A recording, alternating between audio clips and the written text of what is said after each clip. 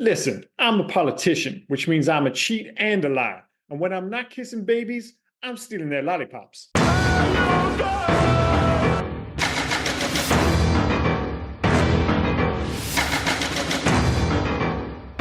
I'm Liam, this is Rob, and welcome to the Hey Guys podcast. This week, we look back at a movie that rather inexplicably neither Rob or I had seen until literally this week. Considered by many to be the thinking man's alternative to Crimson Tide, John McTiernan directs Alec Baldwin as arguably the definitive on-screen Jack Ryan, who is duly blown off the screen by an absolute top-tier movie star performance from Sean Connery. 1990's The Hunt for Red October might be an admittedly chatty, exposition-rich movie, but with a cast as good as this one, honestly, you can kind of get away with it. Oh, and McTiernan, he might specialize in giant men shooting giant guns at giant trees, but as he proves here, he can also shoot the shit out of stern men looking around and saying stern shit. Rob, your first time seeing it, the same as myself. What did you think? Well, I mean, a couple of things. First thing, I'm getting really good at deciding your quotes. My note here, cheat and a liar. Liam uses this one. It was either that, honestly, it was really close. It was between that and Sam Neill going, I would have liked to have seen Montana. Yeah. I love that quote as well. I'll get into Montana. Bless him. I really wish he would have seen what I wanted at the end. So what did to get to Montana? We're getting right. Like, I know we're skipping right to the end, but I really wanted it to be a final scene of him being buried in Montana. That would have been perfect. Or skinning a rabbit and feeding it to his fat wife. Yeah, or his round wife. So his other wife's in Nevada. Like I said, never seen this film before. What a fucking cast. But what a unique cast. Mm-hmm. Cast that I wouldn't expect to see in a film like this. Like, Tim Curry as a Russian submarine naval officer doctor is weird as fuck. Then I'm glad you said that because I love this cast, but I agree with you on the Tim Curry thing. Weird. I couldn't get over it. Just weird. James Earl Jones is the Admiral. Like, I mean, I would expect him to be the guy you quoted, Jeffrey Pelt. Mm-hmm. I would expect him to be that guy. But no, I'm happy. They're interchangeable. They're just kind of national security advisors. They're guys behind desks. They've all got great voices. I'm fine with it. I'm super like I'm okay with this cast, but it just feels really weird to me. Like Scott Glenn, he's awesome in this. He's fantastic. There's not a problem with any of them. Just where you mentioned Scott Glenn, just before you move on, I do apologize. Does he remind you of David Carradine? Like he reminds me of David Carradine to the point that I often get them mixed up. Like I'm not 100. I don't want to say 100% that for like the first 5-10 minutes of this film, I'm pretty sure that's David Carradine. Before I suddenly realized, no, it's definitely Scott Glenn. Yeah, but you're picturing them in two different time frames, though, aren't you? Because you can't picture Scott Glenn in the early '90s with David Carradine in the early '90s. No. The David Carradine you're picturing is CSI Miami David Carradine. Yes, it is. Yeah, 100%. But no, I can totally see that. I just this entire cast, even though they did great, and I will get down. This film was boring in parts. Like there's not much that happens in this film. Like you said, McTiernan shoots a great fucking film. Sean Connery is chewing up the Russian scenery. Like he is having a great time. They're all really enjoying this film. But there's not much you can do about CIA analyst. And I've never watched any. You said as well, Alec Baldwin plays the definitive Jack Ryan. I'd have to agree with you on that one, considering I've never seen another Jack Ryan property. Like I've never seen Patriot Games. I've never seen the other one he did. Yeah, well, it's weird because obviously Harrison Ford's the only one who managed to play Jack Ryan twice in terms of in two movies. So he was in Clear and Present Danger and Patriot Games. But it's like Jack Ryan is often moved around. So this was the first one on screen based on the first Tom Clancy novel. Again, similar to yourself, I don't have a massive attachment to Jack Ryan, and a big part of that is I don't have a massive attachment to Tom Clancy books. For me personally, when I think of Tom Clancy, I actually think of video games first, because especially Rainbow Siege and Rainbow Six, Ghost Recon, all that jazz. Yeah. But there was a Siege though. There was a Siege game with him, wasn't there? Or am I making that up? Maybe. I know there was the other one. Sorry, the other one he did was that Sam Fisher guy. Oh yeah, Splinter Cell. Splinter Cell, yeah. Nothing to do with Siege, but yeah. So it's like, there was obviously, this one, Alec Baldwin being the first one. Then it went to Harrison Ford, which was always an issue because I think they initially wanted Ford, but they couldn't get him for one reason. I think Ford actually wanted to play Ramius, but they were like, no, we went with Sean Connery. So they've ended up with Alec Baldwin instead. But as soon as I think basically what happened is Harrison Ford watched this after the fact and thought, I actually fancy a bit of action. And of course, as good as Alec Baldwin is in this, in 1991, early 90s, if Harrison Ford calls and says, I want to be Jack Ryan now, sadly, you get booted. And that's what happened. Yeah. They gave some bullshit thing and said that Alec Baldwin was working on a play and contractually couldn't get out of it. But that's just a nice way of saying, listen, we've got Harrison Ford now, go fuck yourself, which is harsh. But Alec Baldwin, let's be clear, has never been anywhere near as big a star as Harrison Ford. And even coming into this, excuse me, he was largely known for his kind of off-kilter supporting roles rather than his like movie star status. His kind of like movie star years, which were largely, let's be clear, unsuccessful, came in lieu like after this. And even if you look at his roles, like kind of at, the 91 through 96 stage of his career, when suddenly he's like, well, I'm going to have a bash at this leading man thing. His most interesting role was Glengarry Glen Ross, which was another supporting role. So, but to come back to my point, I mean, you got to give him The Shadow, though, haven't you? No, I'm not giving The Shadow at all. That film's fucking ass. Like, what are you thinking? It's fucking better than that stupid Find the Green Emerald in a fucking Stone film you made me watch the other fucking week. There's no need for all the language, by the way, but no, The Shadow is not as good as Romancing the Stone. That's a it really blatantly ridiculous thing to say. But that's the problem with Alec Baldwin is like in the early 90s, and he's even said this himself, he was competing with like Kevin Costner, Harrison Ford, Tom Cruise, guys like that. So he said like when it came to leading man roles, basically the only ones he was getting offered were the ones that the other guys had turned around. So they were the fourth T role. So he was more than happy to take up role, supporting roles in like off-kilter stuff like Beetlejuice, Working Girl, Married to the Mob, stuff like that. But after this, and obviously this was a big hit, he's like, oh, well, I've got to give this leading man thing. But he was still getting the fourth T role. So he ended up doing Malice, The Getaway, The Shadow, The Juror. I will give you this. He's fucking dope in The Edge. I love The Edge. But for the most part, it just didn't work as a leading man. And when you watch this, I think the fact that maybe he just, despite he's got leading man good looks, he's not a traditional leading man. But that's also why I think he's the most compelling Jack Ryan, because he looks like the kind of guy who got handsome later in life. Like, I buy him as a nerd, like just a really handsome, capable nerd, in a way that I never really did with Harrison Ford, say, in Patriot Games. Like, he's cool, and let's be clear, he's kind of just Harrison Ford. And after that, you had Ben Affleck's too traditionally handsome. Chris Pine was playing the kind of like Bourne Supremacy version of Jack Ryan. This is the kind of the analyst, the geek who's slightly in over his head. Yeah, well, that's it. The Jack Ryan, as I understand it, was never the action guy. He was the guy that always found himself into these situations, and he was able to work out what was going on. But I wouldn't give him that he was leading man in this either, to be fair. That's the thing. He's not. He's not. I mean, he is getting beaten to the punch by Sean Connery. But also, I would give Scott Glenn. Fucking hell, Scott Glenn is absolutely brilliant in this. Like his line, right at the end, and I can't even remember the line really. It was just the way he delivered it. When that guy in the like 2-man sub, when they're on the Red October, says, "Did somebody just shoot at us? No shit, Sherlock. Close the hatch and get out of here." Like the way whatever he says in that moment. I actually think that's like Scott Glenn actually perfectly encapsulates this movie. And if I was like basically summing up, because I think when a lot of people think about The Hunt for Red October, even obviously it came out a few years later, I think it was 95 or 96. The obvious comparison point is Crimson Tide. Yeah. And Crimson Tide is a much more fun movie. Now, it's not a better movie, but it's a more fun movie.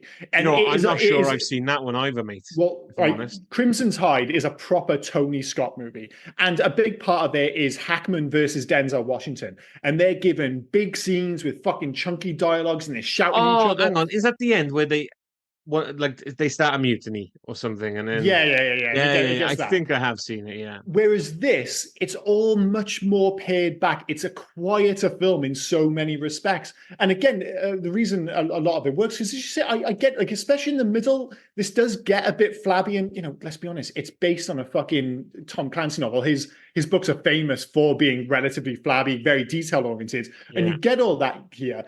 But the reason I think it gets away with it is, one, McTiernan's direction. He keeps the camera moving, so the scenes feel energetic in a way that allows the actors to remain relatively quiet. Like there's no kicking off, there's no screaming, there's no overacting. It's very much that, and that's why like half the cast was supposedly made up of actual sailors. So they went Yeah. onto the ship, and basically they just kind of fell into their tradition, so that then the actors would almost follow suit. So the whole idea is that everything's supposed to be really accurate, to the point that I think when people in the Navy saw this film, they're like, wait, we might have like a spy, because it was so fucking accurate that they thought something legit was going on. But as I said, his direction allows this to be a much quieter, much more cerebral movie. So I think in a moment to moment, it's not as exciting as something like Crimson Tide. But as you mentioned there, in terms of his acting, like it allows actors like Scott Glenn to be quiet and intense without having to like feel like they're chewing up the scenery. Because there's a lot of dialogue, but there's also moments where there is no dialogue, and they have to convey what, like the silent moments and everything, because when they're trying to figure out where Red October is. And there's a bunch of things I want to get to, right? The first one you said then about the acting and the actors and stuff. What the fuck was Rick Ducommun doing in this film? I don't know, man. I mean, it's such a weird cast. I mean, you mentioned it earlier, the fact that this is one of the best casts of like late 80s, early 90s cinema. And the thing is, it maybe doesn't get the attention of, say, something like an Untouchables, because like the top tier, maybe it's like, let's be clear, Baldwin isn't Costner, but this has got like a deeper bench of actors kind of thing. Like every time you turn the corner, it's like, well, there's Connery, there's Baldwin, there's Scott Glenn, but then there's Sam Neill, then there's James Earl Jones, then there's Joss Auckland, then there's Peter Firth, Tim Curry, Courtney P. Vance. Stellan Skarsgård shows up looking like a lunatic for a few minutes. Jeffrey Jones in this film. Fred Thompson of Liquid voice fame. Fuck me, I wish I sounded like Fred Thompson. Like, if you need a guy to just sound serious in a military situation, again, without the need to raise their voice, you get Fred fucking Thompson in. Kills it. Yeah. I actually was watching this film and I was thinking, when we got to a general, where's Fred Thompson? Like, that guy was always the military general. But he was a politician. He was like, wasn't he like involved in like the Watergate scandal? And he's like run for office in the years like before and since. He's always had like one foot in like pretty high levels of politics. And then every so often someone just sees him and goes, dude, you'd be great at looking like serious on screen. Yeah, no shit. He hasn't done many films, but his films he's done, he's always been that political figure, that figure in charge. Was he in Days of Thunder? Am I making that up? I think he was, yeah. I think he was, yeah. Yeah, he was the owner. For ages. Yeah, so I feel like I could have asked you about 90% of Tom Cruise films, but I don't know. I fucking hate Tom Cruise. But then I ask about like Days of Thunder, and in my head I was like, I bet you Rob will know this. I fucking bet you Rob will know this. I love Days of Thunder. Again, so they picked all these actors, and then they've gone, oh, you know what? Let's make the radar guy on the plane Rick Ducommun, because he's just coming off the burbs. He'll be fine. Then they thought, we need a Russian counterpart. I know, we'll get Andrew fucking Divov. Because, of course, we need another Russian. If you ever need a Russian, you get Andrew Divov, who I'm not even sure is Russian. No, he just looks the part kind of thing. And yet all this is anchored by the least Russian. Although, let's be clear, he is, and he states Lithuanian. I've only briefly been to Lithuania, but I can assure you nobody sounded like Sean Connery. But I tell you what, it does not fucking matter. You already mentioned earlier the fact that despite this being a Jack Ryan film, it's not an Alec Baldwin movie. And if you have any doubt, you only need to look at the poster and the giant image of Sean Connery's head. But any other doubts are completely dismissed the moment he steps on screen. He's got one of the best movie wigs I've ever seen. Top tier movie wig. The moment he steps on screen is one of the best things I've ever seen. You've got Sam Neill in the background basically having a full Russian conversation with him. And they go, we can't do this to Sean Connery. Let's give him 2 words each time. Literally, like, it's basically like me and you. Sam Neill will just give off loads of information. And then Sean Connery goes, yeah, cold. Yeah. Yeah. That's pretty much it. He can't do a Russian accent. There's no way he's actually speaking Russian. It was again though when he looks that good, and when he wore it's one of those like and I know you're not a fan of it, but it's like Gladiator, certain films, or even like Casino Royale. As soon as that guy walks on screen, you're just like, oh yeah, I get it. This guy's the fucking star of this film. Even Alec Baldwin said, like, he said he knew it, like it was like an interview since, or it might have been on the DVD commentary. He said he knew what the deal was the moment he saw Connery on set. He said, I quote, he looks like $10 million stacked end to end, which is a fucking amazing quote. And it's so fucking accurate. Like, the whole thing, you immediately buy him as leader of men. He gives that amazing speech, which elicits them singing the national anthem. Do you know how good your speech has to be where the people around you respond by just singing the fucking national anthem? Which, by the way, to this day, I still can't believe is the actual Russian national anthem. For the longest time, I thought it was just Ivan Drago's song from Rocky IV. And honestly, when I was younger and the football team were playing and they played the national anthem, I was like, there is no fucking way that's their actual national anthem. Top tier national anthem, man. Just speaking of the Russians, right? When you get to his uncle-in-law or father-in-law, whoever, because his wife, Sean Connery's wife, was related to that role that was in Russia. That is the most Russian letter opener I have ever seen. Awesome. It's basically a fucking saber that's just been filed down a little bit. Because when he picked it up to open the fucking letter, he was going to stab the guy who was next to him. There's no way that's a letter opener. No, it's pretty good. And everyone seems to be like the same kind of elaborate cup, whether it be on the ship or in the office back in Moscow. But there are a few weird things. And of course, right, the level of the attention to detail is obviously amazing. And they even said that they rebuilt these ships, like to the specifications of the ship. They didn't build a set, they built the ship, and then they worked around it the way they shot. And they had Jan de Bont, and again, another reason that this film looks so good, despite the fact that a lot of it is just meeting rooms or on a sub, is Jan de Bont is the director of photography on this film, who later went on to direct Speed. There's an absolutely fantastic, the whole thing about has this film aged well, unbelievably well, because there's very little to define this as a movie from 1990, because for the most part, they're just on subs. Sure, things look a little bit analog. The only things that truly give it away, and it proves that Alec Baldwin was running uphill from the get-go, was that ridiculous turtleneck they gave him in the opening sequence. I was so glad to see that go. I was like, dude. But there were a few other weird bits. And again, it must make sense, but why was there a toilet roll in the actual sub where they're doing their work with the radars and stuff? There was just a toilet roll holder with toilet roll, and they went out of their way to show you it 3 times. I'm like, all right, this is supposed to be here. I'm assuming that was to do with wiping the screens down, maybe.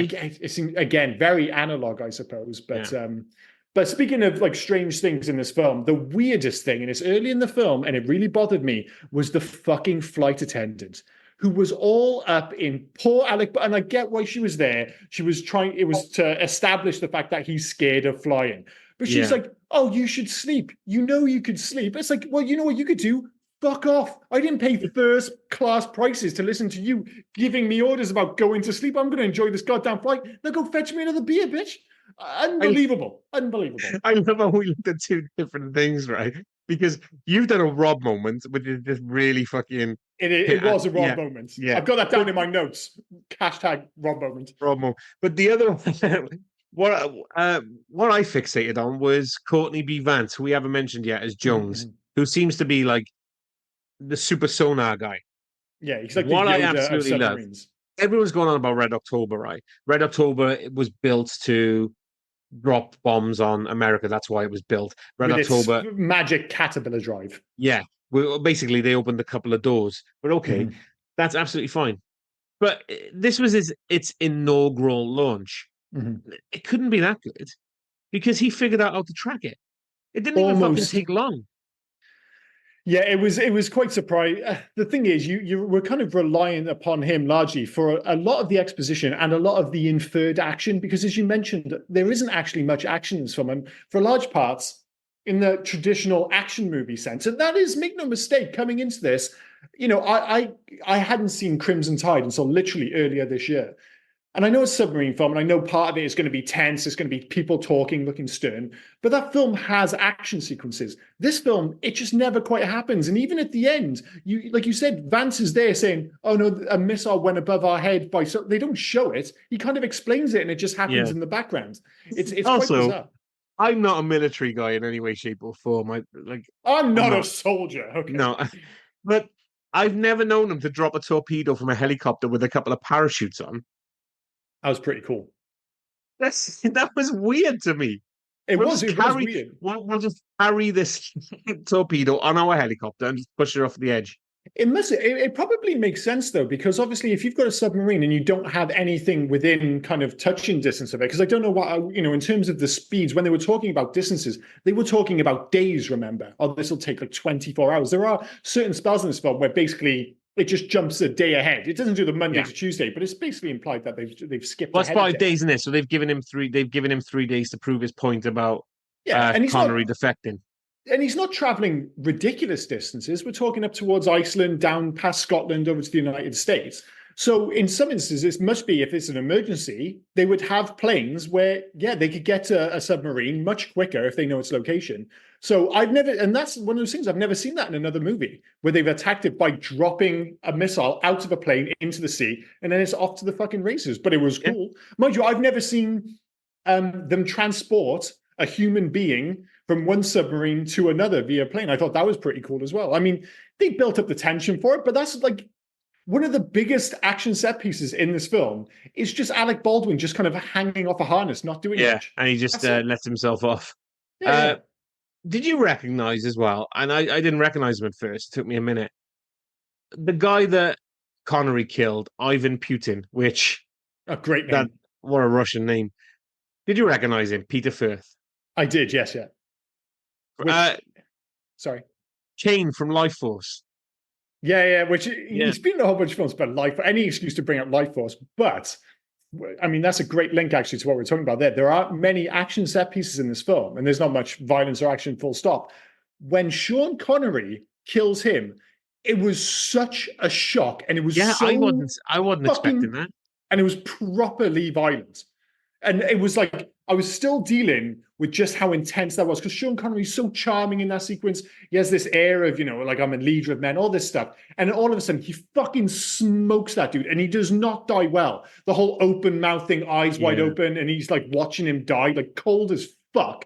And at that point, of course, you're like, I don't know what this guy's plan is at all. Is he a good guy? Is he it was such a good twist, because you had that, right? Mm-hmm. And, sorry, I need to sneeze. He's going to sneeze. He's good. No, I'm okay. You had that, and like, we've never seen this film before, so we didn't know what was going on. So Connery just killed that guy. Well, fuck me, Connery's just killed that guy. Is Connery the villain in this? Mm-hmm. I mean, he is Russian. And then you get the but yes, Scottish Lithuanian. Then you get the Alec Baldwin, or he's defecting. Then you go, oh, maybe he is defecting, but he's got a crew full of Russians. Like, they can't all be defecting. Then you have, when they're at the officers' dinner and they get Tim Curry to leave, right? He's fucked off now. Let's discuss our plan. So the entire officer corps, except for Tim Curry, and I love that little scene they planted as well about that, because Tim Curry was like, "Oh, our political officer's dead. We have to turn around. We can't. Well, we have to tell the motherland. Well, we can't, because it's radio silent. Maybe I should hold a key. You can fuck right off, you holding a key." Like, everything. And I was still at that point, because, like you said, this comes just after he's like killed this dude, like, really brutally. And then you immediately have to deal with the fact that you've got Sean Connery acting alongside Tim Curry, and they're both pretending to be Russian. And for some odd reason, despite the accent and stuff, I immediately bought Sean Connery. Connery as this Russian. For the whole film, as great as the cast is, I never got over Tim Curry. Every time he was on screen, I just found it distracting. I just didn't like him in this film. I'm expecting him to do that weird, goofy smile he did in Home Alone 2. Whenever I see Tim Curry without any sort of makeup, I just expect him to do that horrible smile before he gets punched. Yeah, it just didn't work to me, the Tim Curry thing. I thought he was miscast. But I mean, we mentioned there, obviously, the fact that they're both speaking British, blah, blah, or Scottish, whatever kind of thing. But this movie, I think, probably does deal with that change of language maybe better than any other film. I thought that was great. So cool. And good. When he's reading that verse from the Bible, he actually, if you notice, he stops reading in Russian on Armageddon, because Armageddon is the same in English as it is in Russian. And then everything after that is into English. And just the way, it's nothing dramatic. There's no crash zoom. Just the camera slowly zooms in. And then when it's English, it just pulls back out again. And it just feels natural. And I was like, what other film has done this well? And bizarrely, the only one that came to mind is The 13th Warrior, which does a great job of explaining Antonio Banderas learning the local language in the same way it kind of happens in, it's a bit more slow-paced. But that's another John McTiernan film. Yeah, it's the 13th Warrior, directed by who? Yeah, John McTiernan. But I love that. I thought that was great. I didn't like it towards at the end when they have when the Americans come on board the Red October, and then you have Alec Baldwin speaking a little bit of Russian, and then theirs turns into English. That's Yeah. fine. But then Scott Glenn is clearly conversing with Sean Connery, and Glenn's already turned around and said, "I can't speak Russian." Yeah, yeah. No, So I get your point. I think the issue with the end of this film, and make no mistake, the last 20 minutes of this film feels largely like a different movie, like almost like it's like we're going to turn this into an action movie for the last 20 minutes. Yeah. And part of it is something like that. It's like, listen, we've already kind of explained that. Well, like they take the slight, and like there's nothing subtle like at the start of the film. There's just, you have one little scene. It's like, wait, can they all just understand each other? And they're basically just inferring that at some point somebody's translating. There's better ways to do it. I think I've started watching Shogun on the Disney Plus channel. Yeah. And there's a couple of times in that where they kind of go back and forth, where you'll have the translator, and then other time, if it's a particularly important, intense conversation between somebody who's supposed to be speaking Portuguese, but they're speaking Portuguese in English because we're watching it as an English language show, and they're speaking to somebody in Japanese, and then all of a sudden it'll like slowly cut out the interpreter, so they're just talking back and forth to each other, and it's just implied that somebody is stepping in between and just feeding them lines. That's what they're trying to do here, but it's not done as well. And I think a big part of it is just, listen, this film's already over 2 hours. We're finally getting a bit of traction in terms of action set pieces. We're not going to worry about it anymore. We're just going to be off to the races, which I think is fair enough. But to your point, I agree. It is somewhat jarring. Yeah. Question for you, right? Is John McTiernan still in jail, or is he out now?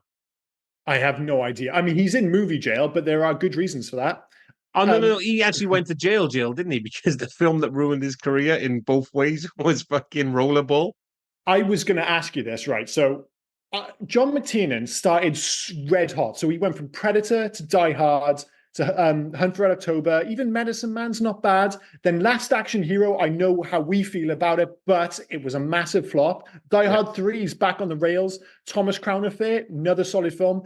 13th Warrior, again, you could argue I actually like that film, but it is one of the but it's one of the biggest financial flops, literally of all time. That was one of the first straight to DVD. Well, not straight. Like it went out on the cinema to like 4 cinemas, and then went to DVD pretty much straight away. It tanked in that rare way, in the same way that like Pluto Nash did. And what was Cutlass? Was it Cutthroat Island? Cutthroat Island. I mean, we're talking that kind of top tier of proper bombs. And don't get me wrong, 13th Warrior is much better than those films, but in terms of finances, it bombed. But he followed that up with fucking Rollerball. Now, I'll put this to you. Can you think of a single director whose high is so disparate from his low? So if we take his high to be either Die Hard or Predator, literally 2 of the greatest action movies of all time, and his low is Rollerball, I can't think of a single director who comes close to such a, like I said, such disparity between his best work and his worst work. Because if you haven't seen it before, you can watch 10 minutes of it. That's all you need. Rollerball is inexplicably bad. Like, ask me this next year, and I might give you Francis Ford Coppola, because I'm pretty sure Megalopolis is going to be no. Rollerball. Oh, mate, it's not been. No, I get it. I understand, and I'm with you. Right, Megalopolis might be a turd, right, but there will be artistry in there for those looking for it. There'll be good acting. You've got people like Adam Driver. It might end up being a complete bomb, but it will not be the worst film you've ever seen. Rollerball is a completely different beast. There's no redeeming features. There's nothing from the cast, the visuals. It's like, I remember watching it, and this is back in 2002. And I was like, I cannot believe this is made by the guy who made Predator and fucking Die Hard. I really want to upset you and say I liked it. Oh, dude, don't. But I can't. Right, we were talking about it earlier because we were sharing the trailer for Axel F, the new Beverly Hills Cop, and that's one of the few films that comes close in terms of a disparity where you're like, I can't believe Beverly Hills Cop 3 and Beverly Hills Cop 1 have anything to do with each other. Like, Beverly Hills Cop 3 is close to being that bad, but I would argue that Rollerball is even another notch. Another Rollerball, notch, and that's what I'm saying. Rollerball is terrible, and the fact that that's the film that caused him to go to jail because of wiretapping I wonder if he lies and they're like, "Why are you in jail? Die Hard, motherfucker. That's why I'm in jail. Fucking Die Hard." Nobody wants to say they're in jail because of Rollerball. You're like, honestly, if I was the judge and the reason he was in jail had anything to do with Rollerball, I'd give him an extra 10 years just because it's that fucking bad. He hired Sorry. a private investigator to wiretap the producer.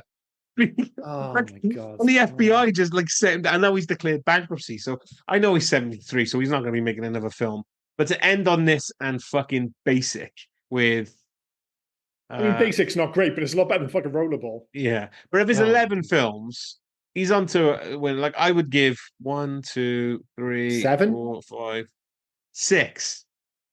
Oh yeah, I wouldn't six, count Medicine six, Man. I was going to wouldn't count- say 6 and Medicine Man is fine. yeah, I wouldn't count Medicine Man. I wouldn't count Thomas Crown Affair. Oh, dude, I think you're being a bit yeah, harsh on Thomas Crown Affair. Again, And right. Under normal circumstances, if you're directing fucking Predator, Hunt for Red October, all these films, and your low points were say like Medicine Man and the Thomas Crown Affair, you're like, dude, that's completely reasonable. Yeah, but then like, you did Rollerball. then he did Rollerball, and like, let's be clear in terms of career suicide, as we already made clear, we like the 13th Warrior, but it was one of the biggest flops in movie history, followed by Rollerball. It's the ultimate movie suicide spot. The only thing that comes close to my mind is when like Costner had that 1-2 punch of Waterworld and The Postman. That was pretty fucking bad, but Rollerball's a different beast. The other one for me is that Robin Hood with Jamie Foxx and Taron Egerton. Oh, that was rough. Because that one is the guy's one and only film, Otto Bathurst. So they said, all right, you can make a film. It sounds like a wicked premise. You go ahead and make it. Whenever they're going to let you direct a film again. I mean, it's almost as bad as letting fucking John McTiernan do Rollerball. But oh my speaking god, of the problem is, right, sorry, this is the last thing I'll say on it. Right, if you had asked me in like 2000, like, oh, do you think John McTiernan should remake Rollerball? I'd be like, that sounds fucking dope. Like, you know, the original Rollerball was like 1970 something or whatever. Yeah. The idea of taking that concept and having it directed by the guy who brought us Die Hard and Predator, I'm like, fucking bring it on. I know, but the original one was all about like the political side of it and things like that. Yeah, and then this one was like, no, we're going to move it to like Kazakhstan or wherever it is. We're going to put it on channel 904 and have Jean Reno be the bad guy. And let's be clear, one of its greatest sins was having Chris Klein as the fucking star off the back of American Pie. That guy is not a movie star at all. The best thing they did, I mean, the reason why it tanked as well is because WWE movies never make it because it was produced by Vince McMahon. Was it really? Yeah. And the best thing they did was let Paul Heyman talk. I could listen to Paul Heyman talk forever. Yeah, Paul Heyman's pretty fucking dope. I'll give it that. So maybe it does have one saving grace. In regards to John McTiernan, have you ever seen his debut film, Nomads, with Pierce Brosnan? No, I haven't, no. No, I've never seen it either. It might be worth maybe having a look. Yeah. Oh, although maybe he's kind of bookended his career with just absolute ass movies. Shit. Yeah. But my god, how did it happen? But anyway, to bring it back to sandwich. He's taking shit sandwich literal, hasn't he? Probably. He's gone, right, I'll give you a piece of shit, then I'll give you a tasty filling, and then I'll end it with a piece of shit. Yeah, it's such a weird career. Such a weird career. I have to ask, as another lofty man watching this, and I know obviously you may or may not have seen Crimson Tide, do you find these films inherently terrifying just because of the claustrophobic nature of fucking subs? Like I'm 6'7", you're what, like 6'4", 6'5"? 6'4", yeah. 6'4". We just, oh my god, like, and don't get me wrong, Sean Connery's a big dude, but the idea of being stuck on a sub, like they're just inherently tense. Just to and as you go through the sections, you're probably going to have to duck. I'm guessing sometimes move to the side. Like and you'd have to sleep in a cot. But I'm not really claustrophobic, but seeing all those men on the bridge or whatever it's called in the submarine, I'm assuming it's still the bridge, together, talking, sweating, breathing in each other's smoke, sweaty ass, everything, and because it's the 90s or whatever it's meant to be set. 1985, thank you.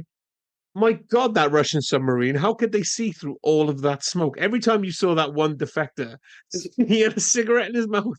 It's crazy. And we'll get to the defector in a minute. But yeah, it's and one of the cool things about this film, and the reason it does feel, I guess, claustrophobic is because they have that kind of commitment to realism. And for the most part, because it's shot in murky water, the physical effects look fantastic until they shoot a missile or whatever. And it's just, there are one or two moments when suddenly the CG is, or the physical effects look a little bit ropey. Yeah. And as good as they often are, though, it does remind you of just how brilliant and how ahead of the game the Abyss was. Because the Abyss was released a year before this. And obviously, when people think of the Abyss, they still think of like one of the early CG creatures on screen, blah blah blah. But when you go back and watch it now, as we did a couple of weeks ago for the podcast, the stuff that really stands out is the underwater stuff. And you're like, this just looks legit. It looks like people underwater. It looks like crafts underwater, largely because it was. And you can just see that artistry. And obviously, a big part of that is the fact that he was given a blank check to a certain extent. And they obviously didn't have that here. But as good as it looks, anything underwater from 85 through 2000 is immediately in my mind compared to The Abyss. And let's be clear, most modern films don't look as good as a 4K remastering of The Abyss. And like you said, this film mostly stands up. There's very little to wage it, but there are one or two moments where you have those rarest of battle sequences where you're like, okay, that looks a little bit ropey. But other than that, there are actually very few visual hurdles to get over if you're going back to this for the first time, I think. Dude, fucking Shane Black was in this film. Shane, is he? That's random out of nowhere. I totally missed him. Yeah, he was a crewman. Where did I write it? Hang on, I wrote it down somewhere. He was a crewman on the one of the ships. I think it was the Reuben James. And he just randomly, he's for well, I mean, McTiernan used him as the writer, didn't he, or the script doctor for Predator? Yeah, and then obviously used him in the film. Was, he was the first guy to die in Hawkins. Predator, Hawkins. Yeah, so I don't know if they just brought him in, but yeah, Shane Black was randomly in this film. The thing is, why didn't they bring him in? It would have been a bit more interesting if they kept him on the Russian ship and made him the cook saboteur, which and I know you have different issues, and you think the middle was a bit saggy, and I do to a certain extent, but I think that McTiernan kept things ticking along, and I think the intensity outweighed the kind of any potential for real boredom or anything like that. But there are a few things which didn't sit well with me. And one of them was the cook saboteur, which felt like it completely fell by the wayside. Like it was like, oh, well, there's this saboteur on the boat. And I thought, it's going to be some big deal, some big reveal. And at the end of the film, it's just a cook. I'm like, who the fuck is this guy? And it's just thrown in for the sake of an action scene at the end. And I just didn't really care. Well, they made it kind of convoluted as well. Yeah. Because they said the caterpillar drive has been sabotaged. So, I wouldn't have found it, but I found it, blah, blah, blah, yada, yada, yada. So we got somebody on board. Then you have that faked nuclear thing where they've got to get everyone off the boat. And I know they planted that seed earlier on with Alec Baldwin going, I know how they're going to get everyone off the boat. Okay, that's fine. But then it goes back to the saboteur again, who shoots him at the end. So in your mind, you're thinking, well, the saboteurs caused this nuclear problem thing. But there should have been the hunt for the saboteur halfway through the film. There was just this, like you said, it was thrown in at the end to give. And I like the line, "Don't shoot anything in a submarine." And it's like Alec Baldwin says that guy didn't get the memo, or whatever he said. That's a weird moment in the film as well, because Ryan gets, and I'm sure it is an actual nod to Die Hard, because he's crawling along it's not quite a vent, but it's like a gantry above. And it's a bizarre thing because Connery says, it's like, most things in here don't react too well to bullets. Yeah. And then he goes up and he repeats what he said as if like he's making fun of him. He's like, most things in here don't react too well to bullets. And he does his best Sean Connery impression. But I'm like, is he doing the impression in Russian? Like it works for us on the screen, but in the film, it doesn't work at all. And then 2 seconds later... he's just talking to himself like that guy didn't get the message. Because he's telling Connery not clearly doing an impression of Connery. Yeah, but he's telling Alec Baldwin not to shoot and then that guy is still shooting. No, I get why he's telling Alec I felt Baldwin. Like I had to mansplain that to you then. No. I totally get why he tells Alec Baldwin why he doesn't want things to get shot. But right after he does that and Alec Baldwin starts crawling, he does an impression of Sean Connery saying that. Yeah, but that doesn't make sense because is he doing an impression? Like if you heard it, if you were in that room with him rather than somebody watching it on the screen, would you hear him doing that in a Russian accent instead of, because he doesn't just like repeat what he says as if making fun, he does it in a Sean Connery accent, which it feels so fucking conceited for the film. But I don't know, it's again, this feels like a Rob issue, which I'm kind of getting caught up on here. Which leads me to another slightly Rob issue. Right after that, the saboteur cook shoots at Alec Baldwin and hits a pipe. What does he get covered in? It looks like goop. I don't know.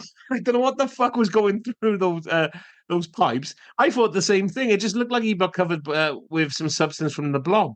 Like, Yeah, it was really weird. Another Rob moment for me was Stellan Skarsgård. Which is much more reasonable considering you are Rob, so that's fine. Stellan Skarsgård. Mm-hmm, mm-hmm. He had this whole thing of being upset because he's got to kill a friend. Mm-hmm. I have to kill a friend. Not a fan. I have to kill him. He gets to the end. He's like, fuck it. Set all the bombs to like 11 or whatever they had to do. And just, yeah, it's really strange. He had such a change of heart so quickly. And the whole, like, I love the last line of one of his guys when he's fucked it. He's like, you arrogant ass, you've killed us.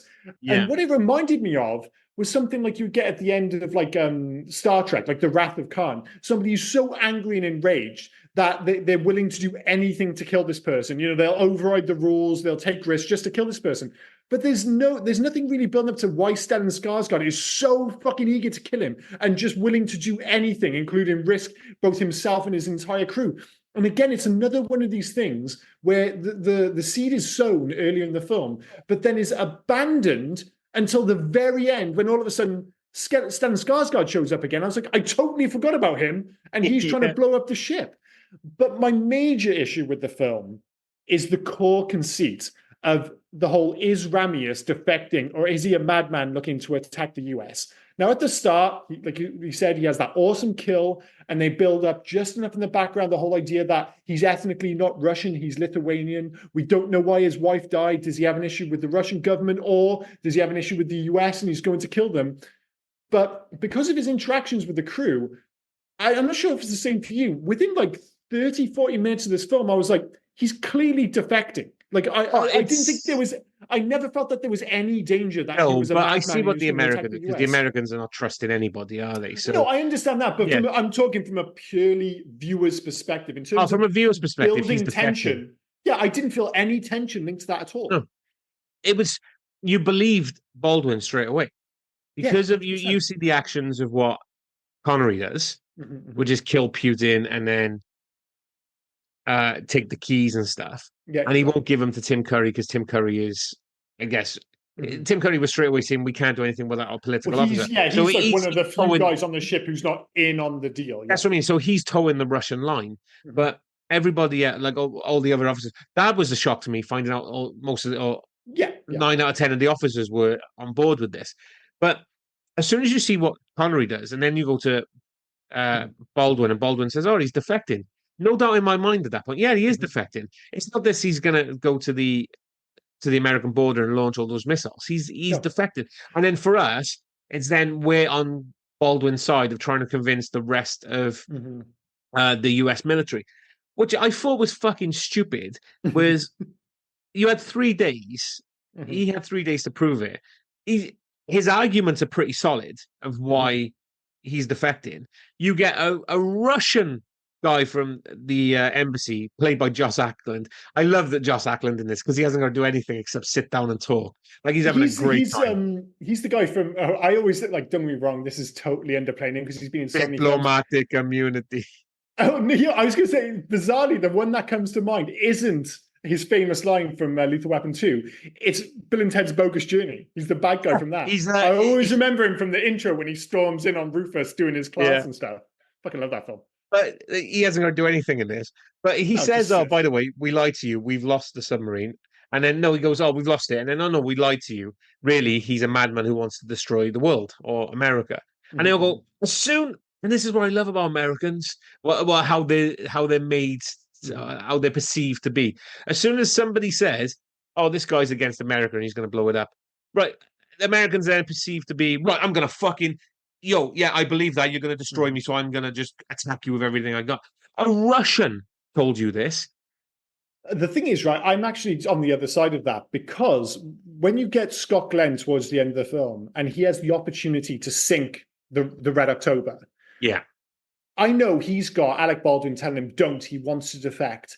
However, you've got to look at what the balances are. On the one side, you're like, well, if he wants to defect, he defects and we get the ship. Cool. However, if he's wrong, and I don't want to play the whole Ben Affleck and Batman, if there's a 1% chance they're going to kill us, then you have to take it as certainty. However, if we're talking about a Russian nuclear sub that they're finding very hard to track, is potentially going to shoot nuclear warheads at the US, you kind of have to take that 1% massively seriously.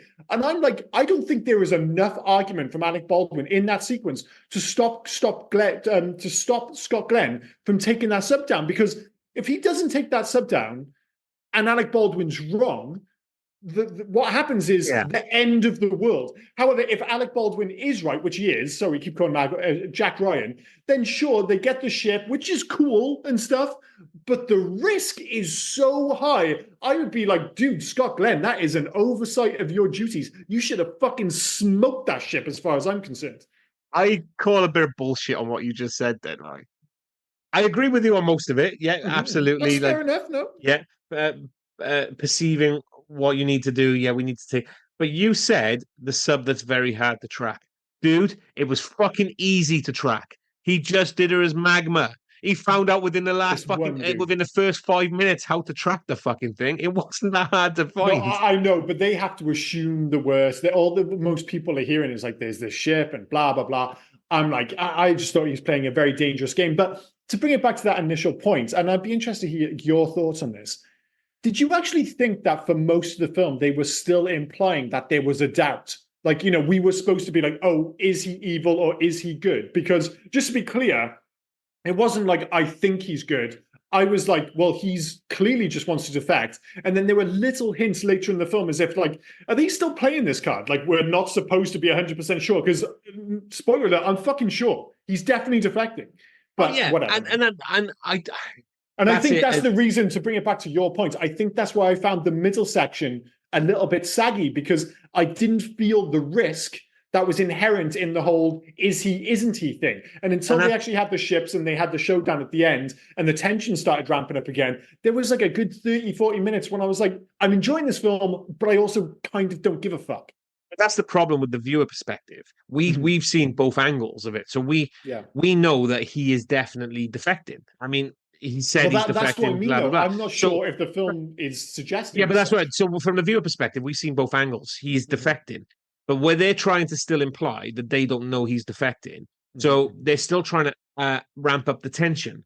But why we don't feel the tension? Because we know he's defecting. And the only way this film would surprise me is if Scott Glenn blew it up. And you go, fuck, shit, Connery's dead. That would be a surprise, in fairness. Yeah, because it was never going to happen. There was no way, shape, or form they were going to shoot that and then end the film there or anything. I mean, there was only one way it was going to end, with him succeeding and defecting. As soon as fucking Sam Neill turned around and said, I want to go to Montana, I knew he was dead. Oh, so he was the only one who was going to die. If ever there's been a perfect moment when somebody gives a speech and you're just like, oh, you are fucked. You are. As soon as he's like, because like this film is so hardline for the most part. It's all about like military procedure, and you have these cold, stern characters. And then all of a sudden, Sam Neill, who is fantastic. The only person who apparently didn't get the memo about the accents. Everyone else said like, all right, you're going to speak Russian for like 2 minutes, and then we're all just going to speak vaguely British. And Samuel's like, but I've been working on this like Russian accent for months. And they're like, yeah, but you don't need it. I'm going to do it anyway. I want to give the Montana speech in a Russian accent. And like, all right, fuck it. Whatever, dude. He's like, fuck Connery. If Connery can't do it, that's on him. But I can give a Russian accent. Because you don't want a Russian guy doing a Kiwi accent or whatever is Sam Neill's. Is Sam Neill New Zealand or Australia? New Zealand. Yeah. He did a lot of films in Australia, but he was born in New Zealand. Yeah. So you don't want him giving the accent he did in Hunt for the Wilder People. No, but I think the standard understanding is for these films, if you're doing kind of like, oh, we're pretending to speak Russian, everybody does British. That's just generally the accepted knowledge. And it's just everyone else is kind of playing that part. Except for randomly Sam Neill, who's like, no, I'm going to stick with Russian. But it doesn't matter because he's so good and that speech is so sweet. But because it's so sweet and so out of place, it can only mean one thing: death to Sam Neill, sadly. And it's such a weird.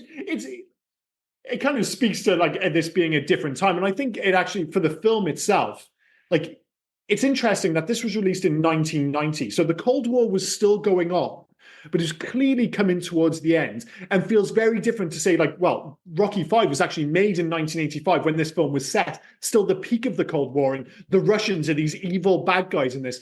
This doesn't vilify the Russians at all. In fact, it's quite interesting that the guy on the poster is a giant Russian head for all intents and purposes. Yes, it's Sean Connery, but he's playing a Russian. But they don't paint the Russians as bad guys. It's just a political situation with two different sides, and you have people stuck in the middle. We're largely seeing it from an American's perspective, but a big part of it is from Sean Connery. Arguably, he's the star of the film. And I put it this way, I don't think this film gets made like this if it's made in 1985. And I think, I haven't read it, but I'm pretty sure the book is a lot more kind of classically anti-Russian. When was the book made, though? The book was made not far before this, was it? I don't know when the book was made for it. So it was written in 84. Oh, there you go. So it was basically set, it was set when it was written for all intents and purposes. Yeah. But that's what you said then as well, that it was in 1985. So it's set in 1985, and Rocky IV. What the reason why you couldn't have much, because this was probably set, he was probably defecting because Rocky ended the Cold War anyway. Of course.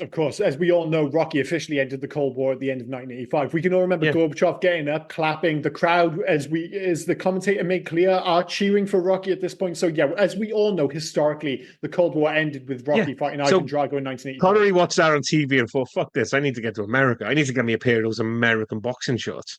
Like he just wants to go fishing. That's all he wants to do.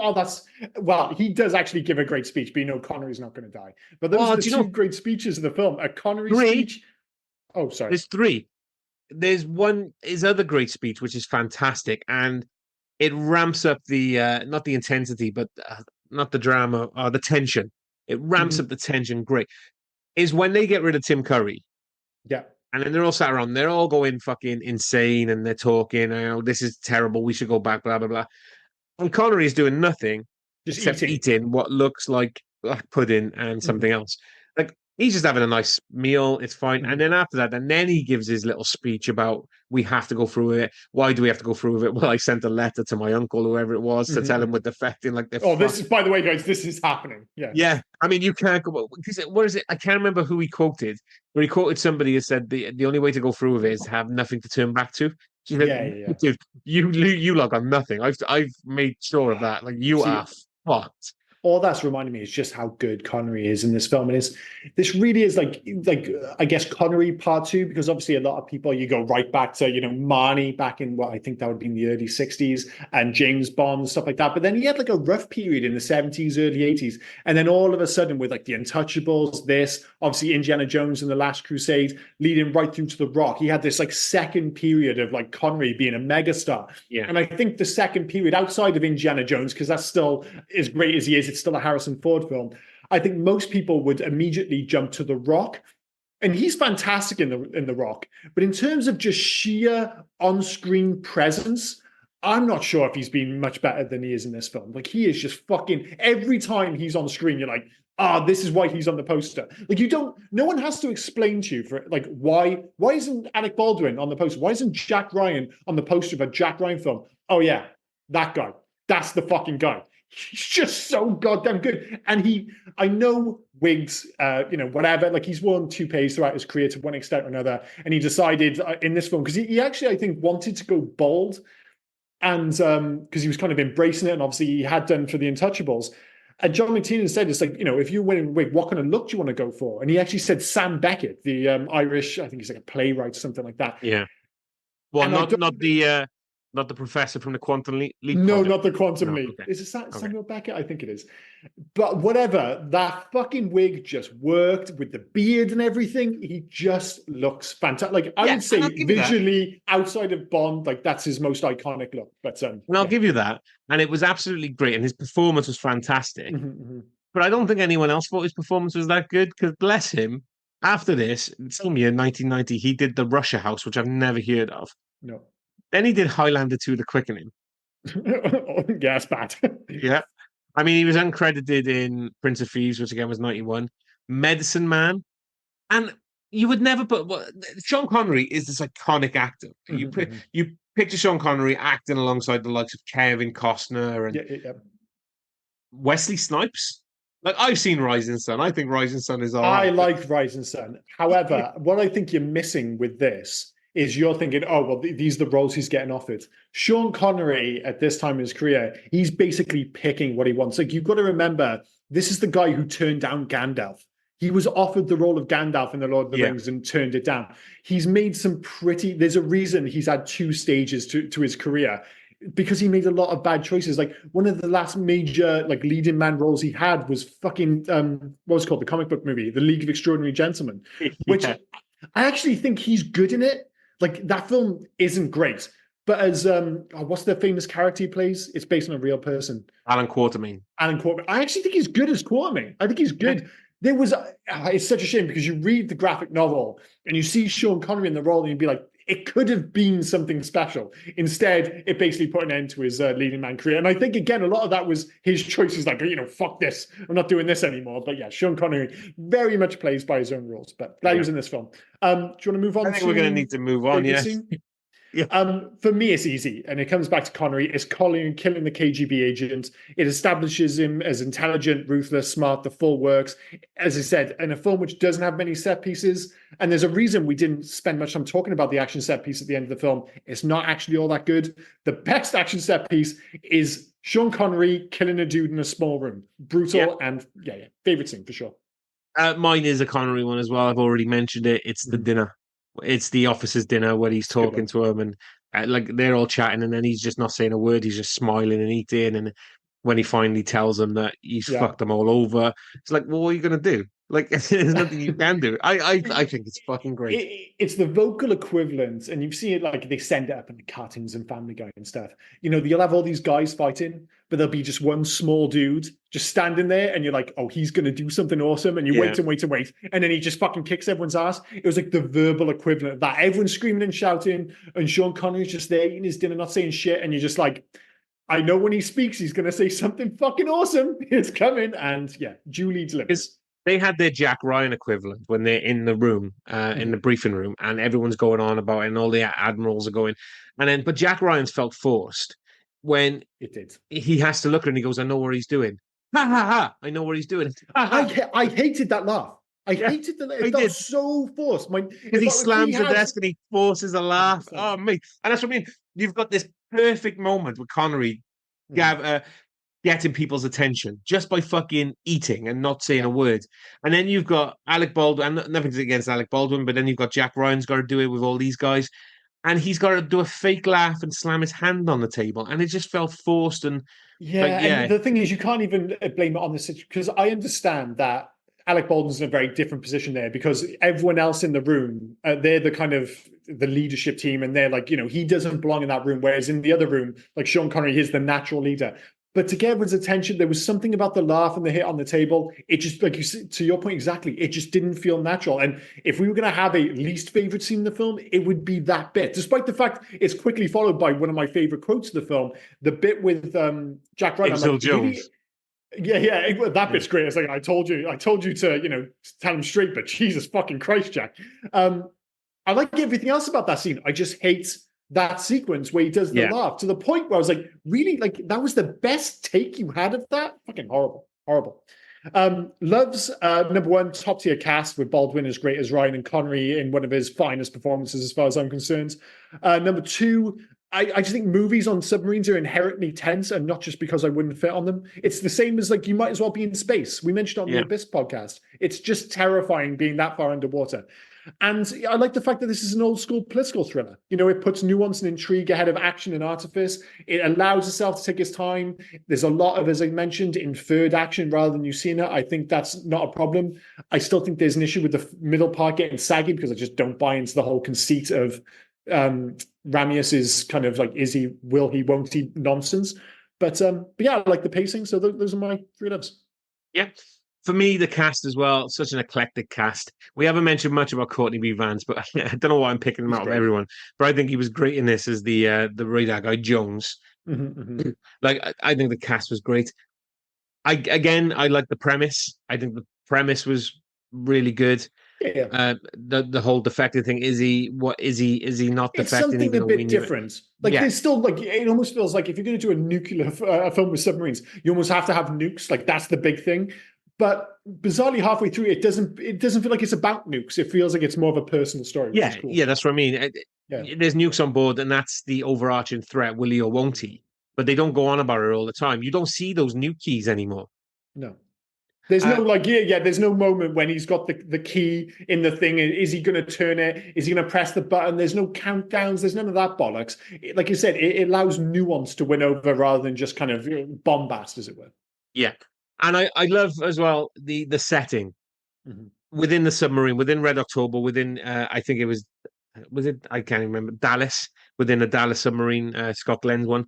I Mhm. think those settings are great because they're so confined and there's everyone around it, and no more so than Stellan Skarsgård's submarine because for Oh, some reason the entire crew was on that bridge, like nobody could move. it looks so intense. And like in my memory, it might not be true, but in my memory, there's like it looks like they're standing in a box. It looks like there's 72 people in that box and they're all smoking cigarettes. That's how I envision. Yeah, And all you can see are red lights flashing on and off. I was like, my God, being on that submarine looks fucking intense. He probably wanted to blow himself up. the best I can, and this is such an eclectic take, right? Because nobody else is going to know this except people who listen to it from Cardiff, who listen to this episode from Cardiff. But it felt like early 2000s metros, a punk Yes. club that is in Cardiff. Basically, it's underground. You have to go downstairs to be in it. So you were still allowed to smoke indoors in the early 2000s, and you were all cramped. And it honestly Dark, felt like that. sweaty, and smoky. Yeah, Yes, that is a great, like, again, most people aren't going to get that, but anyone who went to metros in the early 2000s would be like, yep, that's exactly what that fucking submarine looked like. All they needed was like, you could just hear, is that Limp Biscuit or Papa Roach playing in the background? If you could just added one of those, then basically it's cut my like life into apples to pieces. apples. Yeah. In terms of hates, we've already Yeah. mentioned it. The middle is a tad too saggy. Number two, I know we've had a discussion on this already, but I'm just not convinced there is good enough reason to not smoke the Red October when they have the chance. I'm just like, dude, you've got to shoot down that sub. There's too much of a risk. Number three, I still think, despite the fact that we had an issue with his laughing scene, blah, blah, blah, I do think it's a shame that this was Baldwin's only outing as Ryan. You obviously got pushed aside for Ford. You get a very different Ryan. You naturally get a more confident performance because it is Harrison Ford. I like the fact that he does seem geeky. He does seem a little like you have those moments when he pushes through and he suddenly feels a bit more self-assured. But he has that balance where sometimes he does feel out of his depth. So it was just so it's a bit of a shame that Alec Baldwin didn't get another crack at the whip. It's like clear present danger or whatever. And I'm going to sneak in a fourth one. The Cook Saboteur thing felt tacked on. I'm sorry, I'm still a little upset about That's that. right. Your sneaked in four is my number one. The Oh, Cook cool. Saboteur thing, I wasn't a huge fan of. Fair enough. Yeah. Uh, it's not fair on him, and I know this, but Tim Curry just didn't Yeah. feel right to me. Honestly, didn't feel right to me. I I couldn't even tell you quite why, but I 100% agree with you. And the fake laugh, just I agree what you say about the rest of the scene. I think it was Yeah. great. I think it needed it, but that fake laugh just felt I think that forced, and felt horrible and cringeworthy. I think that actually makes it worse. I think because the rest of the scene is so good and you have so many great lines, and so it's tense, blah, blah, blah. And then all of a sudden you have this weird cackly laugh, which feels out of place and forced. It makes it even worse than it already is. But yeah, bizarre. Any alternative titles for this one? Can you get anything better than The Hunt for Red October? And that should be the question we're asking, not just are there alternative titles, because there always are any better than the original? I mean, no. He's already said no. He's all right. Well, let's hear him. We'll decide at the end. You hear him. Right. So, where are we going? Basically, it's Red October all over, right? So, but Czechoslovakia, they've gone submarine chase. Just submarine chase. Yeah. Okay. France in pursuit of Red October. It's not bad, but I still prefer Hunt. Greece, the Red October hunt. That's just being dicks. Japan, chase Red October. Nope. Straight away, nope. What else we got? Oh, Slovenia. I don't care how you say it. Hunting for Red October. So they've taken hunt and extended it. What else I we think got? And, it's not too close to Good Will Hunting for some odd reason in my mind, but and Vietnam, always bringing out the goods. The Pursuit at the Bottom of the Sea. well, none of those are as good as The Hunt for Red October. But if I was going to pick an alternative, it probably would be Vietnam. In fairness, Yeah. just because it's really silly. Do you have any facts for this film? Yeah, we got a couple. So I'll try again. Sir Sean Connery spent time underway aboard the USS Puffer, preparing for his role. He was given commander status and allowed to give commands while underway with the captain beside him. That feels like it only happens on a ship called the Puffer. If that was called like the USS Defiant, it's not. They're not going to let Sean Connery just be captain of the ship. But aboard the Puffer, fucking anything goes on the Puffer. There's the guy who has the button to the Tomahawk missiles. Dude, Sean Connery just told me to bomb Japan. Like I don't know if I can do that.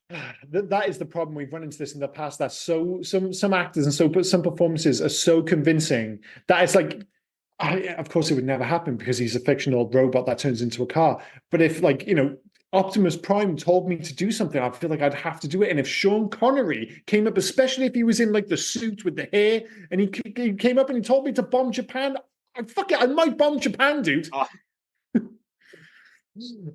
I mean, this is theoretical, by the way. We're not theoretical, completely theoretical. I'll put it this way: I don't think that the Puffer is going to be given the required firepower to do any serious international damage that way. Like the Under Siege fucking ship, whatever that was, that had all of the weapons. Apparently, yeah. I don't think it's going to be that. No. After the release of Tom Clancy's novel, some members of Congress contacted the CIA demanding to know why the Russians had invented a Caterpillar drive before the US Navy did. Although a result of good research, the Caterpillar drive is pure fiction. I love that. It is. Well, so much of it was supposedly so convincing that some people... It sounds ridiculous, but you've got to remember, before the internet, there was no way to double check these things. So even if you had a tiny bit of doubt, you kind of had to ask someone. It's the same reason, we'll never get the Blair Witch Project again. As ridiculous as it sounds, even though the internet kind of existed, 90% of people didn't have the internet in 1999. And when that rumor went around that the Blair Witch Project was actually real footage, most of us, I was 17 when it came out.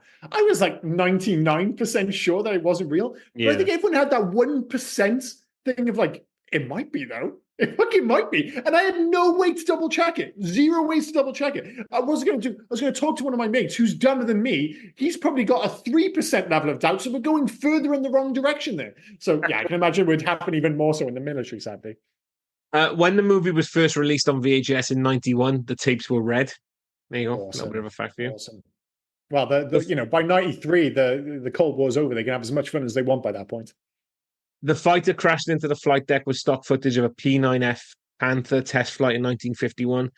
This particular aircraft was piloted by official test pilot George Chamberlain Duncan. I was wondering how they did that. It was great. Duncan survived the crash with minor burns, and after a few months, he was back flying again. Well, that explains why did it look so good? Because it was fucking real. That's why it looked so good. After being faxed the script, Sir Sean Connery initially turned the role down on the basis of the plot being unrealistic for post-Cold War era. Whoever sent the fax neglected to include the foreword, which makes the fantasy seem credible. Once he received the foreword, Connery accepted the role. Basically, somebody forgot to fax the cover page and nearly fucked it all up. They could have ended up with Harrison Ford doing his K9 Widowmaker fucking Russian accent. Jesus Christ. Alec Baldwin accepted the role of Jack Ryan because Harrison Ford turned it down, as you already said. Yep. Cast member Sir Sam Neill also benefited from Ford's refusal 3 years later by being cast in the lead role of Jurassic Park. Interestingly, Baldwin asked for a big pay increase for Patriot Games, to which the producers allegedly replied, "For that price, we could get Harrison Ford." Baldwin held his ground and the studio agreed to the fee, but for Ford instead of Baldwin. I mean, ouch. Ouch, indeed. But that is the thing, man. And there's no criticism of Baldwin. You're not Harrison Ford. But then, who was Harrison Ford in 1991? There were very few, the only actors who could have kind of commanded the same kind of salary and the same kind of presence were arguably Costner and Cruise. And no, it wouldn't have been, I was going to say Hanks, but Hanks wasn't quite there in 91. This was just before, obviously, he did Philadelphia in what would have been 92, and obviously I went think on to Saving 92 because Private he went out to do Gump and stuff. Gump in Yeah. 94, blah, blah, blah. So by this point, like, he was like fourth or fifth in the pecking order and way down because there was a big drop off after that big three. This is my favorite, and I hope this is true. Navy recruiters set up booths in some theatre lobbies for people to sign up to join the service or to at least look into it. Pentagon hoped that this movie would do for the submarine service what Top Gun did for naval aviation. What the fuck were they thinking? Trying to sell this as a recruit, and obviously they're just going off. Like, you saw Top Gun, right? Yeah, in Top Gun, you had Tom Cruise walking around with the jacket, the fucking aviators, just looking like an absolute, just looking like a superhero on screen. And in this film, you've got like a bunch of dudes in a tube smoking and fighting next to each other. Who is watching this film and going, I want a piece? I understand. You watch Top Gun. Everybody wants to be a pilot after they see Top Gun. Who the fuck wants to go on a sub after watching this? I'm like, no way, dude. Ridiculous. I bet you didn't know John McTiernan used an actor from Die Hard in this film. No. The teddy bear. The same teddy bear. Oh, at the end, yeah? Yeah. The one from the back of the car. Yeah. Awesome. It is weird. I did think in the end of the credits, I said, they're giving a lot of time to that teddy bear in the last shot of the film. There we go. That's the reason. See what we did there? He's going, see what we did there? See what we did. You were on about, so $20,000 was spent on Saoirse Connery's toupee due to reshoots after he tried to pass off a ponytail style haircut. Thank God they didn't go with that. Thank God. So they had to do reshoots whenever he was, because they've done most of the film. Hey, fellas, I'm thinking about doing a ponytail. It's like, yeah, Sean, we're big fans. We're big fans. And you look cool in pretty much anything. What, a fucking ponytail? Jesus Christ, dude. What else we got here? Any more? Due to his obligation to this movie, John McTiernan had to pass up the opportunity to direct Die Hard 2. That's fair enough. It probably would have been better because Die Hard 2 is the weakest of the original trilogy. I don't care what anyone says. Die with a Vengeance is better than 2, comfortably, as far as I'm concerned. Oh, yeah. And James Earl Jones was the only actor to reprise his role in Patriot Games and Clear and Present Danger. Did he get killed in one of those as well? I've never seen him, so I can't tell you. Because it's an injury. He, like you say, he's the only one. There are actually numerous returning characters across those films. It's not just Jack he's Ryan. The only actor. He's the only actor.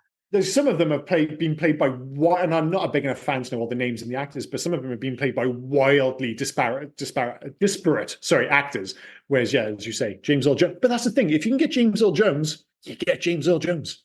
Yeah. I mean, James Earl Jones fucking did a Dana Carvey film where Dana Carvey lost his mind.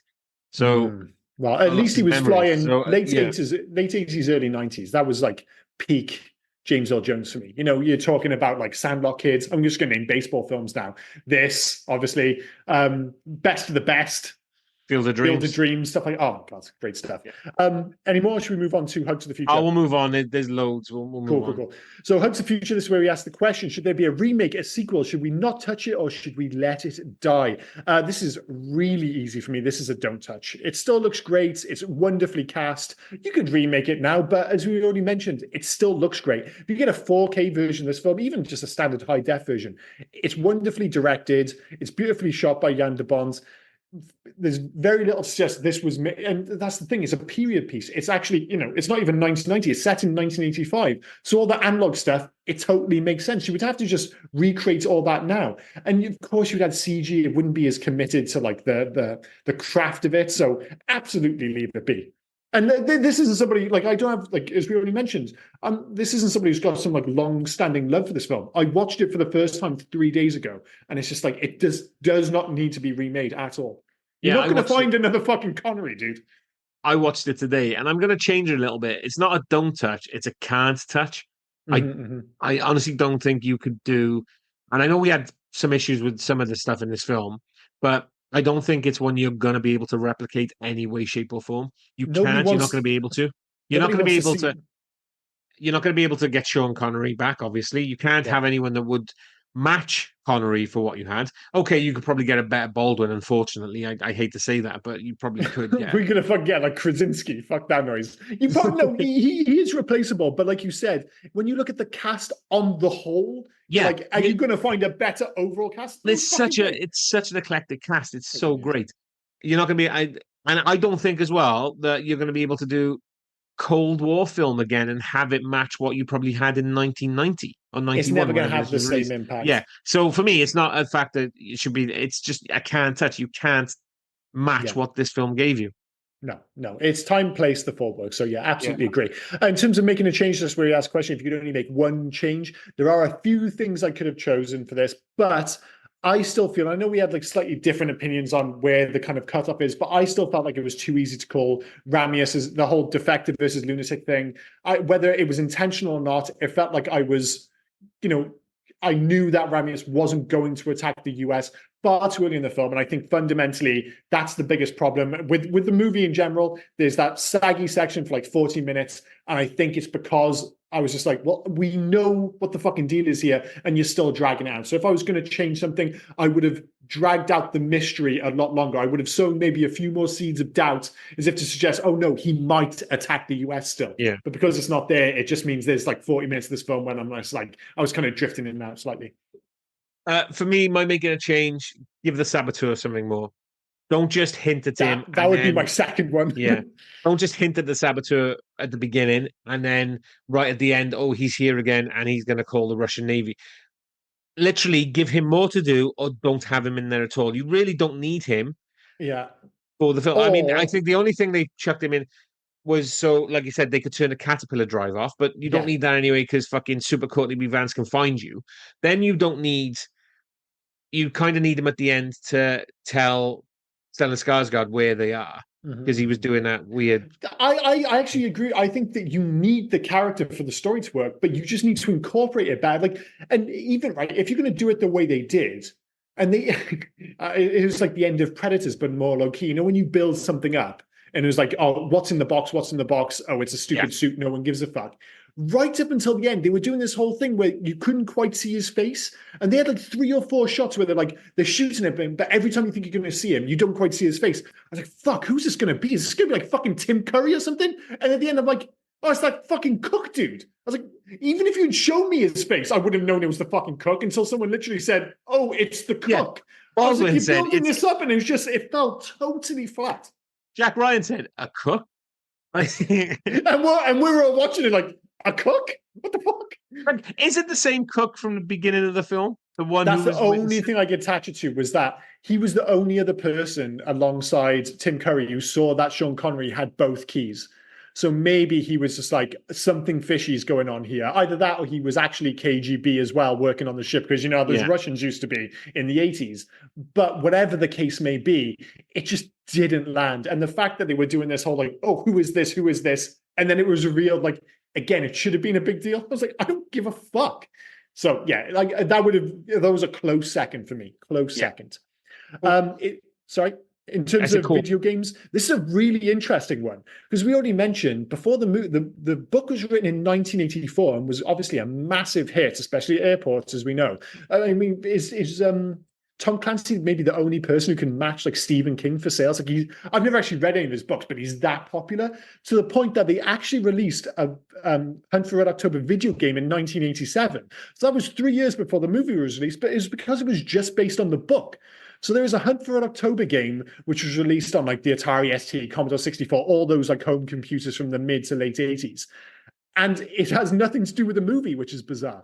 But then there is a movie version released by High-Tech for the NES, the Super NES, and the Game Boy. And it's basically just a submarine arcade game, a shooting gallery. It wasn't very good. It's got fuck all to do with this film other than the fact that it's set on a submarine. I mean, you can't really make a game like this, or can you? That's the issue. Exactly, and that's why if I was going to make a version of this day, I wouldn't turn this into a political thriller. I would just remake Steel Diver for the 3DS. It's a relatively niche submarine game for the 3DS. I think it was released at launch, but it was made and published by Nintendo, and it was one of those like classic 6, 7 out of 10 games, relatively shallow, no pun intended, but it was really fun, and I liked the idea of like a kind of like arcade submarine game, and just fucking stick Sean Connery on the front. Like in the old school 90s days, it's got nothing to do with the film, but fuck it, why not? Basically, I just want a simple arcade submarine game, but not the shitty version that they made for the SNES. I want the Nintendo Steel Diver version for modern consoles, basically. We're pretty much on the same wavelength for this, but I never heard of the one you said. But have you heard of the Silent Hunter series? Nope. So they were like released on PC and stuff. I think the first one Yeah, started in like '96, total back. and it was it was the same kind of thing where you were warships and submarines and stuff. But the first one was like World War II. Mhm, mhm, mhm. So that's the kind of thing. Obviously, you just make it a Cold War, and I'm guessing Yeah. it was a whole series. I think maybe five or six of them. So Mhm. maybe at some point there was a Cold War one and something. So It would yeah, make sense, and we're you in the could do a same. spin-off. Yeah, yeah. And like basically, it's like because I'm not. I was trying to get the words out, then I just completely fumbled them. But it's a blank spot for me. PC game. As much as I'm into video games, I never got into PC gaming. I'm not massively into strategic games, and that's why I'm basically picking the arcade version of what Yeah, you talked about, the more yeah. straight pick up and play version. That's all it is. In terms of scores and recommendations, for me, it's a 4 and it's a yes. As already mentioned, it still looks great thanks to McTiernan's direction and Jan de Bont's photography. Baldwin is probably the best Ryan. As far as I'm like my favorite interpretation of Ryan, I like Ford, but it's just Ford on screen. As much as I love Ford, at least this is something a bit different. And as we already mentioned, Connery, and not to mention the rest of the cast, is fucking absolutely knocking out of the park. So yeah, it still looks great. It's still wonderfully acted. It has its problems, but I still think it's a 4-star film. And if you were wondering, I think I just about prefer it to Crimson Tide. Nice. It's a 3 for me. It's Mhm. middle of the road. It's Connery's performance is fantastic, but there's a lot of things that kind of drag it down a bit. Fair Uh, enough. I enjoyed it. I Mhm. probably wouldn't watch it again. It's not the kind of film that I would watch. In regards to recommendations, I Mhm. probably wouldn't recommend it on the fact that I wouldn't watch it again. I I still think think it's a that's good fair film, and enough. I'm glad Yeah, I yeah. saw it, Mhm. but it never interested me to watch it before. Mhm. Obviously, I've Mhm. never come across, and probably won't. It's not made me like chomp at the bit to watch the rest of the Jack Ryans. Let's put it that way. Yeah, So the only yeah, thing I find interesting, as much as and I think it kind of came through in the conversation we had, that I was always slightly warm on it. I could be talked down to a 3.5. Like I'm not going above a 4, put it that way. It'd be yeah, like closer to a 3.5 if I was going in any direction. What I found interesting, as much as I enjoyed it, is just how beloved it is. Because, people, when, we started posting about this, people clearly love The Hunt for Red October. And I don't quite get it. Like, if like you watch Predator or Die Hard, you're like, man, I totally understand why this is like lived on 30, 40 years later, why people are so attached to it. This is a good film. I'm giving it a 4. I'm not quite sure why it's lived on quite so, you know, yeah. positively in people's mindsets 30 or 40 years later. Maybe it is just Sean Connery's performance. But still, I'm criticizing it after I've said 4 stars and a recommendation. But to your point, would I like go screaming it out like you have to see this? No. If someone asked me, like, oh, should I watch this? I'd be like, yeah, give it a bash. It's aged wonderfully, but it's still not Yeah, essential viewing. so. If somebody asked me, should I watch Red October? I said, yeah, give it a go. I didn't mind it, but Mm-hmm, mm-hmm. like I said, I wouldn't go screaming from the rooftops. You need to watch this film because I See, this is probably what wouldn't go back and this watch is it what again. happens when we're talking about the difference between a 3 and a 4. It comes down to an issue of semantics, doesn't it? I think Yeah. we're both largely on the same page. All right, so that's been the Hunt for Red October. What are we doing next week, Serge? Your choice. So we're gonna stick with fantastic acting. Mm-hmm. All right. I mean, some of the best on-screen acting you've ever seen. Uh, the year's 1989. I can't tell if you're being like if this is a wind up. 1989, Yeah. possibly fantastic acting, yes. And 1989 again. Fuck, how Yeah. many films? There can't be many films after 1989 which we haven't covered by this point. The director is Albert Pion, however you want to say it. I have no idea who that is, if truth be told. So that's no help. I'm not going to tell you this film in a second, but I will tell you some of the films Albert Pion has done. Okay, that might help. It's not going to help. Oh dear. Uh, hang on, let me go down. Is this going to be a really deep cut, this film? Or No, you know this film, but he's done Kickboxer 2, The Road Back. Oh, that's not a good sign. He's done Nemesis with Olivia Gruner, the kickboxing champ who became an actor. Oh, okay, this is again not fantastic so far. He's done Doll Man. Do you remember Doll Man? No, I don't remember Doll Man. Doll Man's fantastic. Doll Man was about uh like Dark Angel, where you had a space policeman. He goes to Earth to catch, but it turns out Yeah. he's only like 6 inches tall, so he's a doll too. That actually sounds like an interesting premise. I'm going to take you saying that this film's fantastic with a sizable pinch of salt, but that does sound interesting. I'll give you that. Okay, so you got 1989, you got Albert Pion. I Okay. will give you the star in a sec, but let me see if I can find the tagline. He's the first hero of the 21st century, and he's our only hope. And it's not Obi-Wan Kenobi. Oh God, it's not Cyborg. Oh God, like, fucking Yeah, awesome. Cyborg, dude. Oh, this suddenly makes more sense because Cyborg was never a fantastic film. However, I'm so glad we've been tiptoeing around this film Yeah. for fucking ages because, and for many of the reasons we've just discussed, I think we've both been concerned that going back to this might be a bad idea. But I am genuinely looking I've forward to rewatching I've Cyborg. been So thinking maybe we should pick things more in the zeitgeist, like things people know more. But then I always think, no, no, no. Like, people uh, have opinions on. I bet you when we post this, you'll get loads of responses where people say, "I fucking love that film," and I would be the same. Like I'd be going, "Dude, I fucking love," but I feel like there would be like a past tense. I loved Cyborg. I'm not sure if I still love Cyborg, but I definitely loved Cyborg. But even growing up as a kid and watching this when I was like 8, 9 years old, I think in the back of my mind I knew this wasn't a classic, but I yeah, did but enjoy it. I don't know. I think it's going to be a cult classic if I'm honest. But Oh, it's yeah, it just is a been a cult while. classic for sure. So do you know what sold it for me? What's that? Was when I went back to see what films I want to cover. Mhm. Was the names of some of the characters. This is what Okay. sold it for me. Pearl Prophet, Ace. Ralph Mueller plays a character called Brick Bardo. Dude, this is selling me on the film. No end. You have The no idea. bad guy is Fender Tremolo. That's a great name. Yeah, the best one. And obviously, a lot of these are guitars, I would assume. Mhm. Van Damme's character, Gibson Rickenbacker. That's brilliant. We're just going to combine guitars with just ridiculous names to create just monstrosities. Fan fucking tastic. Yeah, I'm kind of convinced myself now that this can only end with me giving this 5 stars. Yeah, and That's I the can't only wait to talk about the sequels. The one with Angelina Jolie and Elias Koteas, and get fucked. There's a sequel with Angelina Jolie in it. yeah, Dude, don't tell me anymore. Save it for next week. That's you specialize. I don't think we've been able to have like Rob's DVD vault of horror corner in quite a while, where you've been able to like. And the thing is, the passion with if you haven't listened to our podcast in the past, the passion with which he'll go through like 17 sequels for like best of the best, and he knows them all, and he's not reading them off a piece of paper. He knows the plots off heart. He's that kind of fucking psycho. He's done the work. So I look forward to hearing all about the many Cyborg sequels next week. yeah, mate. I'm looking forward to it. But yeah, I've been like you said, we've been tiptoeing around it for a We while. have. We've mentioned it. I mean, the biggest thing was apparently the sets were reused for because it was meant to be the He-Man He-Man sequels. sequel, Masters of the Universe Yeah. sequel. So the sets were reused because it was a canon thing.